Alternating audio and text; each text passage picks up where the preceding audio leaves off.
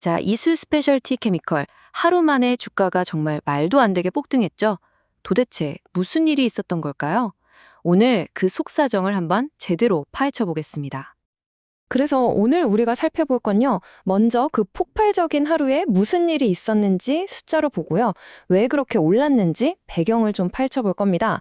그리고 이 회사가 가진 두 가지 얼굴, 또 차트는 뭐라고 말았는지, 마지막으로 기대와 현실 사이에서 우리는 어떤 전략을 짜야 할지 이 순서대로 한번 가보겠습니다.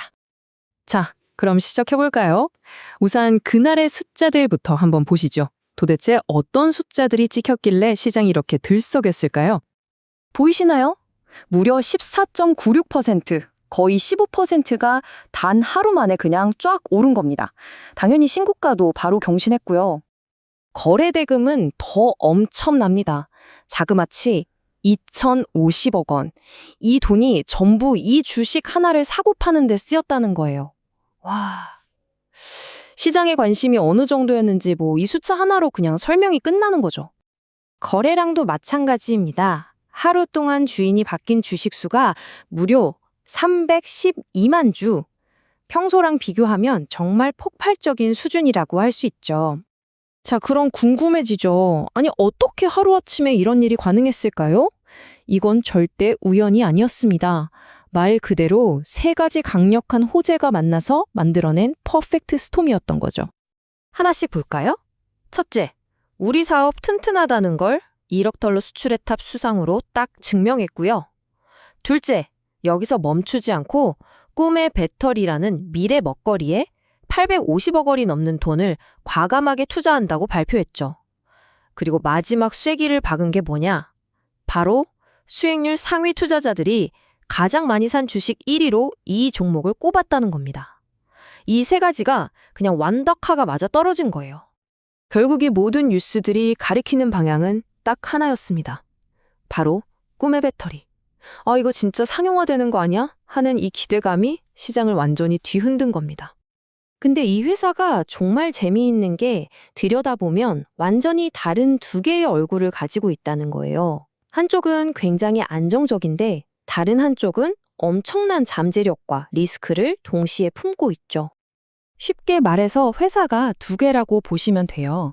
한쪽에서는 정밀화학 제품, TDM 같은 걸로 꾸준히 돈을 벌어들이는 캐시카우 사업이 있고요.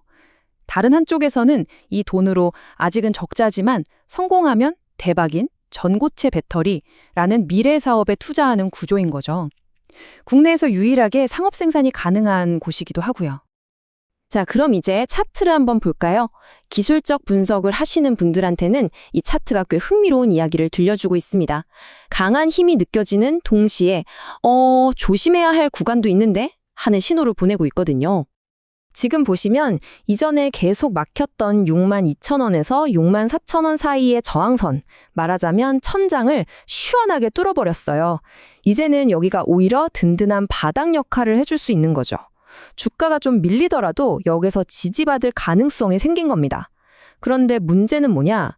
위를 보니 7만 원이라는 또 다른 심리적인 벽이 딱 버티고 있다는 거죠. 사람들이 이쯤에서 팔까? 하고 고민하게 만드는 가격대라는 뜻입니다. 자, 이렇게 분위기가 뜨거울 때일수록 우리는 한 발짝 뒤로 물러서서 좀 차가운 머리로 질문에 던져볼 필요가 있습니다. 이 모든 기대감을 싹 걷어내고 냉정하게 봤을 때 과연 이 상승세 계속 갈 수 있을까요? 지속 가능한 성장일까요? 물론 리스크도 분명히 존재합니다. 단기간에 너무 급하게 올랐으니까 언제든 차익 실현 매물이 쏟아져 나올 수 있겠죠.